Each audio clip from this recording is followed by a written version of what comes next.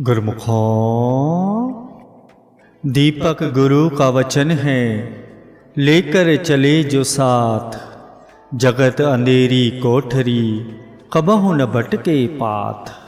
संत महापुरुषों के वचन दीपक के समान होते हैं और संसार अंधेरी कोठरी के सदृश है। जो भी गुरुमुख महापुरुषों के वचनों का दीपक अपने साथ रखते हैं, यानी उनके वचनों को हमेशा याद रखते हैं, तो वे सही रास्ते पर चलते हुए अपनी मंजिल पर पहुंचते हैं, कभी भटक नहीं सकते। क्योंकि महापुरुषों के वचन रोशनी का मीनार होते हैं, इसलिए गुरुमुखों को सत्य की तरफ लगाते हैं। उनके वचनों की रोशनी में चलते हुए वे कभी भी भटक नहीं सकते, बल्कि महापुरुषों के वचनों को अपने दिल में बसाने पर, उनको याद रखने पर, उन पर अमल करने पर गुरुमुखों को महापुरुषों की प्रसन्नता प्राप्त होती है और वे अपनी मंजिल पर आसानी से पहुंच जाते हैं। गुरुमुखों का लक्ष्य तो सद्गुरु की प्रसन्नता पाना ही है। इसीलिए ये जरूरी है कि संत महापुरुषों के वचनों को सभी गुरुमुख जन हमेशा याद रखें, महापुरुषों की आज्ञा में चलें। सेवक का धर्म यही है कि वह अपने इष्ट देव की आज्ञा में चले, उनकी प्रसन्नता को पाकर अपने लक्ष्य की प्राप्ति करें। गुरुमुखों, लक्ष्य की प्राप्ति तो तभी होगी जब गुरुमुख सजन महापुरुषों की प्रसन्नता को प्राप्त करेंगे, और प्रसन्नता तो उनकी आज्ञा मानने से, भक्ति की कमाई करने से ही मिलती है। इसीलिए सद्गुरु के मुख से जो वचन निकले उनको मानना, उन पर अमल करना ही गुरुमुखों का कर्म होना चाहिए। सद्गुरु के मुखारविंद से जो वचन निकलते हैं उनको मानने वाले सजन को ही गुरुमुख कहते हैं। इसीलिए सब गुरुमुख जन इसे समझें और महापुरुषों के वचनों पर अमल करें। आप सब गुरुमुख हैं। महापुरुषों ने गुरुमुखों के लिए ही श्री आनंदपुर दरबार की रचना रचाई है कि गुरुमुख जन महापुरुषों की शरण में पहुंचकर उनके वचनों की रोशनी में उनके बताए हुए रास्ते पर चलते हुए अपनी मंजिल पर पहुँचे, हमेशा सुखी रहें, आनंद में रहें। इसीलिए जरूरी है कि सद्गुरु के मुख से जो वचन निकलते हैं उन पर सब सजन अमल करें। जो भी सेवा बताई जाए उसको हित चित्त से करें। सब गुरुमुख भी यही चाहते हैं कि उनका कल्याण हो, भक्ति की प्राप्ति हो, महापुरुषों की प्रसन्नता मिले। तो ये जरूरी है कि महापुरुषों के वचनों की रोशनी में सभी गुरुमुख भक्ति के रास्ते पर चलें। सद्गुरु के मुख से जो भी शब्द, जो भी वचन निकले, सब सेवक उनको याद रखें और जो आज्ञा हो उस पर अमल करें। महापुरुष भी गुरुमुखों का हित चाहते हैं, कल्याण चाहते हैं। आप सब तो गुरुमुख हैं, महापुरुषों के वचनों के अनुसार भक्ति की कमाई करने में संलग्न हैं। इससे महापुरुषों को बड़ी प्रसन्नता होती है।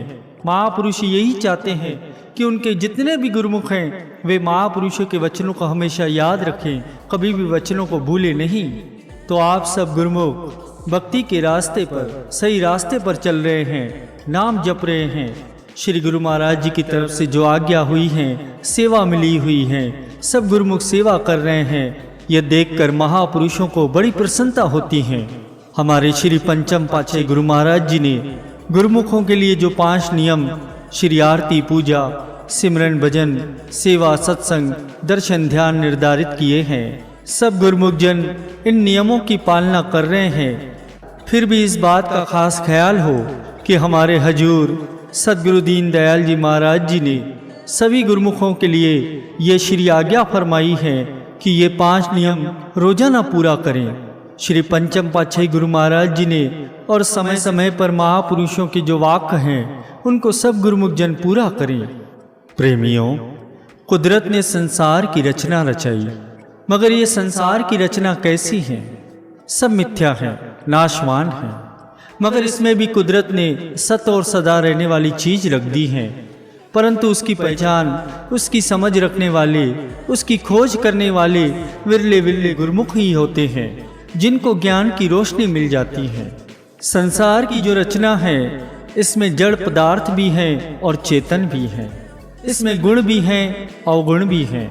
मगर इंसान को ये समझ कैसे मिलेंगी कि वह गुण वाली चीज सत्य वस्तु की पहचान करके उसे ग्रहण कर सके। मिसाल के तौर पर दूध में पानी मिला हुआ हो तो आप ऐसा नहीं कर सकते कि पानी अलहदा हो जाए और दूध अलहदा हो जाए। दूध में से पानी अलहदा नहीं हो सकता। मगर कहते हैं कि हंस एक ऐसा पक्षी है जिसकी चोंच में ये गुण होता है कि वह मिले हुए दूध पानी में से दूध को ग्रहण कर लेता है और पानी को छोड़ देता है। संत हंस गुण गही पए परिहरि बारी विकार। जो गुरुमुख होते हैं, जिनको संत महापुरुषों की संगति मिल जाती है और सत्संगति के प्रताप से जो विचारवान हो जाते हैं, वे गुण को तो ग्रहण कर लेते हैं और अवगुण को छोड़ देते हैं। जैसे हंस पानी को छोड़ देता है और दूध को ग्रहण कर लेता है, उसी तरह गुरुमुख जन संसार में रहते हुए जो झूठी चीजें हैं, मिथ्या भोग पदार्थ हैं, विषय विकार हैं, उनको छोड़ करके मालिक का नाम, मालिक की भक्ति जो सत्य वस्तु है उसको ग्रहण करते हैं। मगर ये समझ कहाँ आएंगी? जब इंसान सत्पुरुषों की संगति में आएगा। सत्पुरुषों की संगति में इसका ज्ञान मिलेगा और सद्गुरु जो शब्द बख्शते हैं उस शब्द की अगर इंसान कमाई करेगा तो कुदरती तौर पर उसके अंदर रोशनी हो जाएंगी और इंसान जो अपनी आत्मा से भूला हुआ है उस आत्मा के भी उसे दर्शन हो जाएंगे और परमात्मा के भी दर्शन हो जाएंगे। अगर इसका ये काम बन गया तो समझो इसने अपने मानुष्य जन्म का लाभ उठा लिया। बहुत मुद्दत से इंसान मार्ग से भटका हुआ है, इसीलिए उसको इसका पता नहीं है, इसका ज्ञान नहीं है। हर योनि में, हर युग में ये जीव माया और मन की लपेट में आया हुआ सब कुछ भूला हुआ है, असलियत को भूल गया है। फिरत फिरत बहुते जुग हारियो मानस देह लई, नानक कहत मिलन की बरिया सिमरत कहा नहीं। जीव को कई युग बीत गए हैं, वह अपने मार्ग से भूला हुआ है, यानी आत्मा परमात्मा से बिछड़ी हुई है। इसकी बहुत लंबी पुकार थी कि कब ऐसा वक्त आएगा जो मैं अपने मालिक से मिल करके एक रूप होकर परम सुख, परम आनंद को प्राप्त करूंगा। वरना आप समझते हैं कि जो 84 लाख योनियां हैं वे केवल भोगता हैं, वे केवल पिछले कर्मों का भोग भोग रही हैं। उनको क्या सुख मिल रहा है? पशु हैं, पंछी हैं और भी जलचर थलचर जितनी भी योनियां हैं, कीड़े मकोड़े, पेड़ पर्वत, ये जितने भी हैं उनको सुख तो नहीं है। इंसान समझता है कि मैं सबसे श्रेष्ठ हूँ, उत्तम हूँ, मेरा दर्जा सबसे ऊंचा है और ये सही भी है। कुदरत ने इसको सर्वश्रेष्ठ बनाया है। किस लिए? कि ये भक्ति करके भगवान से जा मिले। अगर इंसान ये समझ ले कि मेरा दर्जा क्योंकि ऊंचा है इसलिए मैं खाने पीने विषय विकारों में ही लगा रहूं, तो इसका ये काम तो नहीं है। भगवान ने इसको मानुष देह दी है इसलिए कि यह मालिक की भक्ति करे। बड़े बाग मानुष तनु पावा, सुर दुर्लभ सब ग्रंथ ही गावा, साधन दाम मोक्ष कर द्वारा। बड़े भाग्यों से यह मानुष देही मिली है जिसके लिए देवी देवता भी तरसते हैं। क्यों तरसते हैं? क्योंकि इस देही में इंसान मालिक की भक्ति करके भगवान से मिल सकता है। कहते हैं कि यह शरीर ऐसा साधन का धाम बना हुआ है, ऐसा एक यंत्र है जिससे इसको मोक्ष की प्राप्ति हो सकती है और परमात्मा से बिछड़ी हुई आत्मा फिर से परमात्मा से मिल सकती है। मगर ये सब गुण इसमें कब आएंगे? जब इंसान को इसका ज्ञान होगा, विचार होगा, जब भाग्य से इसको सत्पुरुषों की संगति मिल जाएंगी, तब ये चेतन हो जाएगा, कौड़ी से हीरा बन जाएगा, इसकी कीमत बेबहा हो जाएंगी। फिर इसको अपनी चीज़ का पता चलेगा और सही मायने में इसकी कदर पड़ेगी। गुरुमुखों, आप अपने दिल में अनुभव करो कि कितने प्राणी संसार में रहते हैं। जो निम्न योनियां हैं, 84 लाख योनियां हैं, उनका तो हिसाब भी नहीं है। और फिर कितने ही युग बीत गए उनको भ्रमते भ्रमते। मगर मानुष्य जन्म की तो अभी बारी आई है, तो इसकी संभाल कर लो, इससे अपना काम बना लो। 84 लाख योनियां भोगते भोगते कितने युग बीत गए। बड़ी मुद्दत के बाद मानुष्य जन्म पाया है। अब इसमें नाम की संभाल करो। किस नाम की संभाल? सच्चे नाम की, मालिक के नाम की। अगर उसको हृदय में नहीं बसाया तो फिर दूसरी चीजें हृदय में बसी होंगी। तो गुरुमुखों, आपके लिए वो समय आ गया है।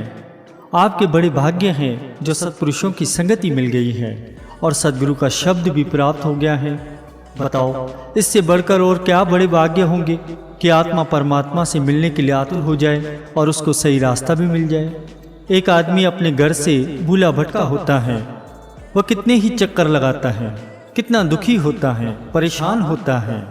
हालांकि घर नज़दीक में ही हो मगर उसको मिलता नहीं और वह घूमते घूमते परेशान हो जाता है। अगर उसको गाइड मिल जाए जो उसकी रहनुमाई कर दे और वो बता दे कि तेरा घर ये है, तो वह सुखी हो जाएगा। उसका कितना एहसानमंद होगा। गुरुमुखों, बड़े भाग्य होते हैं जब इंसान के लिए ऐसा संयोग बनता है कि उसे संत महापुरुषों की संगति मिल जाती है। इसीलिए गुरुमुख जन इस वक्त से पूरा लाभ उठाते हैं, इसकी पूरी कदर करते हुए नाम भक्ति की कमाई करते हैं, अपना लोक परलोक संवार लेते हैं, अपने लक्ष्य की प्राप्ति कर लेते हैं और परमात्मा से, जो आत्मा जन्म जन्मांतरों से बिछड़ी हुई है, उसे परमात्मा से मिला करके परम आनंद परम सुख की प्राप्ति कर लेते हैं।